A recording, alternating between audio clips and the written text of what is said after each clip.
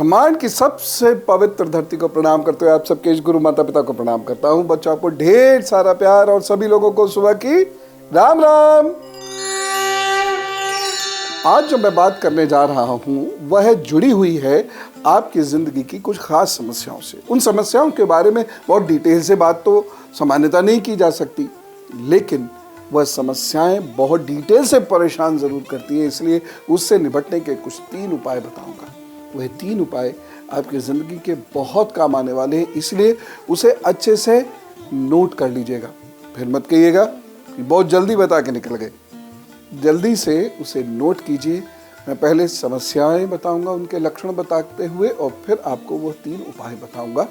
और साथ ही साथ बच्चे जब पढ़ते हैं या जब भी मौसम बदलता है तो उनके सर में दर्द होता है, हम उसे सामान्यतः समझ नहीं पाते हैं। तो बच्चों के सर दर्द को हम समझें कैसे और क्या उपाय करें, क्या वो दवा बनावें, क्या वो ऐसे उपाय हों जो परमानेंटली ये दर्द खत्म हो जाए। तो चलिए मेरी कुछ बातों को ज़रा गौर से सुनिए यदि आप बड़े निर्णय लेने से डरते हैं। नंबर 1। दूसरी जो महत्वपूर्ण बात है वो ये है कि आपको कभी ना कभी किसी न किसी प्रकार का आर्थिक दंड लगता रहता है, या अचानक कोई ना कोई आर्थिक समस्या बड़ी आती चली जाती है जिसमें आपका पैसा खर्च होता है या जुर्माना आपको भरना पड़ जाता है। एक और महत्वपूर्ण चीज़ है वो ये है कि आपके बाल बहुत तेज़ी से झड़ते चले जाते हैं। अचानक बाल झड़ने शुरू होते हैं और तेज़ी से झड़ते चले जाते हैं। चौथा लक्षण ये होता है कि ननिहाल की तरफ से दुख आता है। वो किसी भी रूप में आए, लेकिन ननिहाल की ओर से लगातार दुख बना रहता है। चौथा लक्षण कि हम अचानक गुस्से में बहुत तेज बिफरने लगते हैं, छोटी छोटी सी बात पर बहुत गुस्सा करने लगते हैं। 5वां लक्षण ये होता है कि आलस से हमारे अंदर भरता चला जाता है और हम रात में तो फिर भी एक्टिव होते हैं, लेकिन दिन में हम बिल्कुल एक्टिव नहीं हो पाते। जब भी कोई खास काम करने का वक्त आता है, हम वो काम ना करके अन्य बातें करने लगते हैं या टेलीविजन इत्यादि देखना शुरू कर देते हैं कि घूमने निकल जाते हैं। ये लक्षण आर्थिक कष्ट देते हैं। यदि ये लक्षण हैं तो ये तय है कि ऐसे व्यक्ति को आर्थिक कष्ट होगा, उसकी आर्थिक उन्नति बहुत मुश्किल होगी। ऐसे में क्या करें? एक उपाय ऐसे में करना शुरू कर दीजिएगा, वो बहुत लाभ देगा। और वह उपाय क्या है? किसी खेत की मिट्टी को लेकर आइए, और यदि वो खेत ऐसा मिल जाए जहां गाय चरती हो या उस खेत में गाय और बैल घूमते हो तो क्या कहने, ऐसे खेत की मिट्टी को आप लाइए। थोड़ी सी मिट्टी को अच्छे से छानकर, बारीक कपड़े में छानकर रात में भिगो दीजिए, और सुबह नहाने से आधा घंटा पहले उसे अपने शरीर पर मल लीजिए। आधा घंटे के उपरांत आप स्नान कर लीजिए। ऐसा आपको 1 वर्ष तक करना होगा, और उसके बाद देखिएगा कि आपके मन से डर निकलने लगेगा, ननिहाल से सुख प्राप्त होना शुरू हो जाएगा।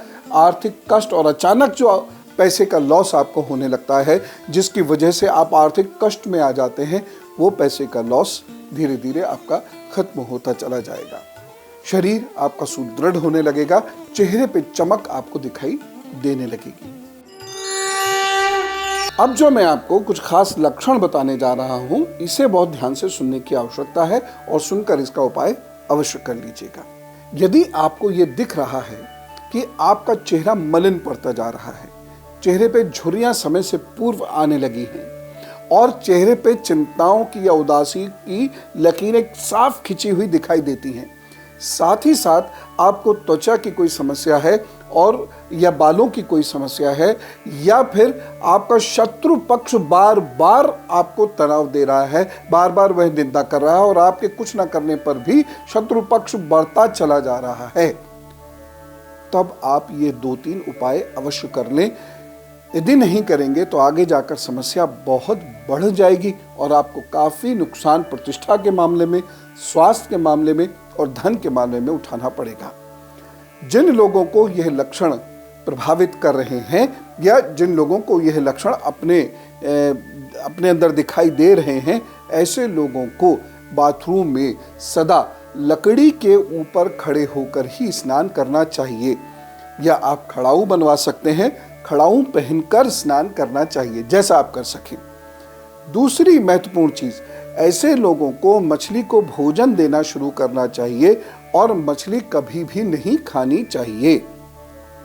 तीसरा उपाय, ऐसे लोगों को लकड़ी से बनी हुई चीजों को उपहार में देना चाहिए और ये उपहार सोमवार, बृहस्पतिवार या शनिवार में से किसी भी दिन दे सकते हैं।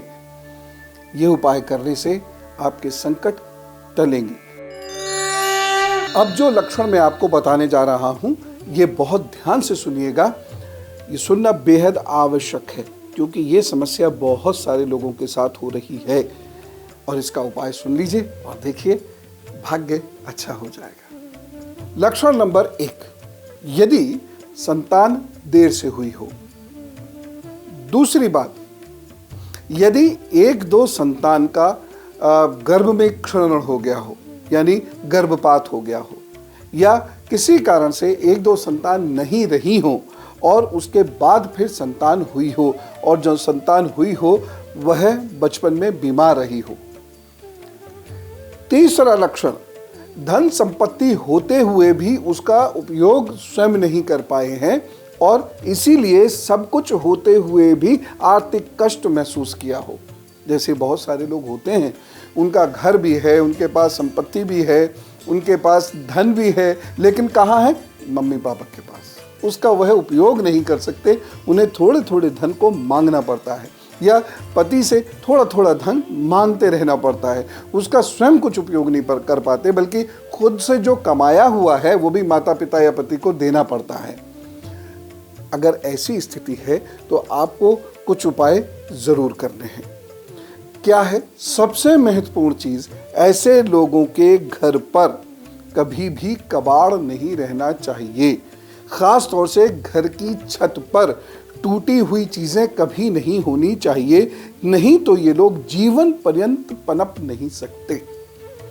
दूसरी बात, ऐसे लोगों को अपने पांव दिन में अनेक बार धोने चाहिए।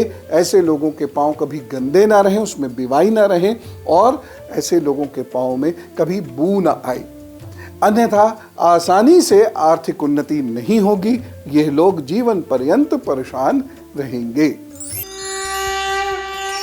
और अब गुरु मंत्र, आज एक खास पेरेंटिंग टिप मैं आपको दे रहा हूं और वह है बच्चों के सिर दर्द से संबंधित।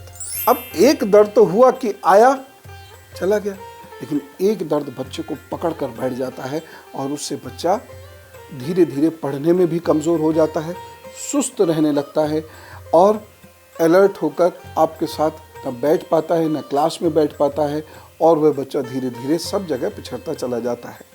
इसे सीरियसली लीजिए और इसे कैसे ठीक कीजिए। यदि बच्चे के अंदर ये लक्षण आपको दिखाई दे रहे हैं तो क्या कीजिए? मुलेठी लीजिए, पीपल लीजिए, सौंठ लीजिए और सौंफ। मुलेठी, पीपल, सौंठ और सौंफ, ये चारों चीज़ें बराबर मात्रा में ले लीजिए। मान लीजिए 100-100 ग्राम ले ली है। फिर आप इन्हें इकट्ठा करके पीस दीजिए खूब अच्छे से। उसको जितना भी वो आप पीस सकते हैं, दरदरा रहेगी, एकदम पाउडर तो बनेगा नहीं, वह आप ले लीजिए। उसके बाद क्या कीजिए कि एक कप पानी में उसको 1 बड़े के चम्मच डाल दीजिए। पानी को इतना उबालिए कि वह आधा कप रह जाए। उसके बाद उसे छान लीजिए, पतली छन्नी से कपड़ छान लीजिए और बच्चे को पीने के लिए दीजिए। बच्चा उसे चाय की तरह पिए, जितना गर्म वह पी सकता आराम से उतना ही गर्म। गुनगुना है तो गुनगुना, ठंडा भी है तो ठंडा, यह उसको नियमित रूप से देना शुरू करिए और आप धीरे धीरे देखेंगे कि बच्चे का सिर दर्द बिल्कुल ख़त्म हो गया। 1 हफ्ते में 3 बार इसे देना है। कोई से 3 दिन आप चुन लीजिए, फिर 4 दिन मत दीजिए, फिर अगले हफ्ते में 3 दिन दीजिए, फिर 4 दिन मत दीजिए। ऐसा करते करते तकरीबन 1.25 वर्ष तक यह देते रहिए। इससे बच्चे के सर पर और आँखों पर बहुत सकारात्मक प्रभाव पड़ेगा और देखिएगा बच्चे की उदासी दूर होगी, वह चुस्त होगा। तो अब चलने का वक्त है और ईश्वर आपको बहुत खुशियाँ दें, ऐसी प्रार्थना करता हूँ। आप खुश रहें, खुश रखें लोगों को और साथ ही साथ आज कोई अच्छी सी सेवा ज़रूर कर दीजिएगा। राम राम, नमस्कार।